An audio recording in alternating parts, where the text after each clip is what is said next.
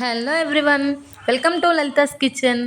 ఈరోజు నేను మీకు గారెల రెసిపీ చూపిస్తున్నానండి. ఇవి బొబ్బరి పప్పుతో చేసే గారెలు అనమాట. ఇవి ఏంటంటే ఒక 5 hours నానబెట్టుకున్న తర్వాత ఇలా వస్తుందండి పప్పు, బొబ్బరి పప్పు. దీన్ని ఇట్లా గ్రైండర్లో వేసుకుంటే మనకి ఏంటంటే క్రిస్పీగా మంచిగా టేస్టీగా వస్తాయండి మిక్సీలో కంటే. సో నేను అందుకే గ్రైండర్ యూస్ చేశాను. ఇలా గ్రైండర్లో వేసుకుని ఒక 70-75% వరకు నలిగేలా చూసుకోవాలండి, గ్రైండ్ అయ్యేలా.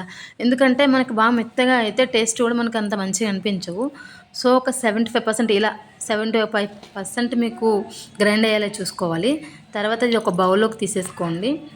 దీనిలో ఏంటంటే టేస్ట్కి సరిపడా కొంచెం ఉప్పు, సాల్ట్ కలిపేసుకొని పక్కకు పెట్టుకోండి.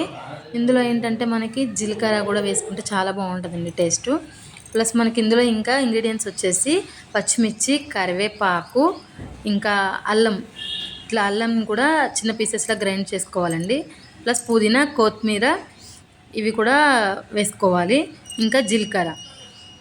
ఇవన్నీ ఏంటంటే మనకి మిక్స్ చేసేసుకొని ఆ పప్పులో కలిపేసేయాలన్నమాట.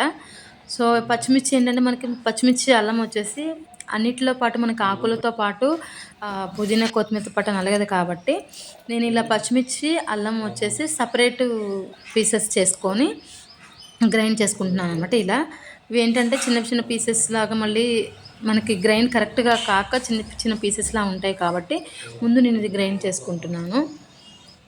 ఇలా గ్రైండ్ చేసుకున్న తర్వాత కొంచెం ఈ పుదీనా, కొత్తిమీర కూడా కలిపేసి, పుదీనా, కొత్తిమీర, కరివేపాకు ఇవి 3 కూడా దాంట్లో వేసేసి ఎక్కువ గ్రైండ్ చేయకుండా ఒక 50% వరకు గ్రైండ్ అయ్యేలా చేసుకుంటున్నాను అనమాట.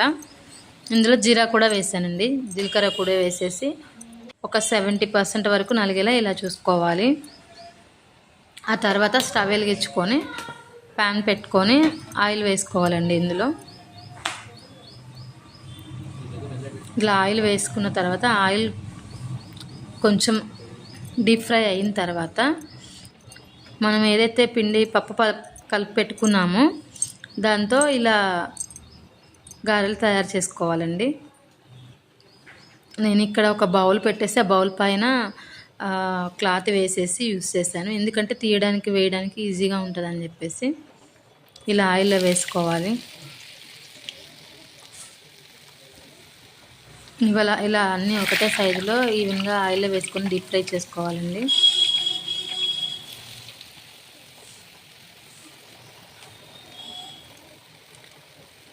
ఇవి కూడా కొంచెం బ్రౌన్ కలర్ వచ్చే వరకు డీప్ ఫ్రై చేసుకోవాలి. కొంచెం బ్రౌన్ కలర్కి రాగానే తీసేయాలండి.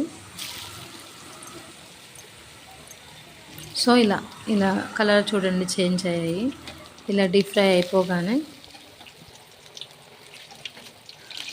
తీసుకోవాలి, ఒక బౌల్లోకి తీసేసుకోవాలి. చూడండి ఎలా వస్తున్నాయో, బ్రౌనిష్గా వస్తున్నాయి. ఇలా డీప్ ఫ్రై అయిపోయిన తర్వాత ఇవి తీసేయాలి. చూసారా అక్కడ మీకు పప్పులా కూడా కనిపిస్తున్నాయి. బొబ్బరి గారెలు రెడీ. చూడండి ఎంత క్రిస్పీగా ఎలా ఉన్నాయో. మిర్చి కూడా మనకి దాంట్లో ఏంటంటే మనం వేసిన ఫ్లేవర్స్ కూడా దాంట్లో మనకి కనిపిస్తున్నాయండి.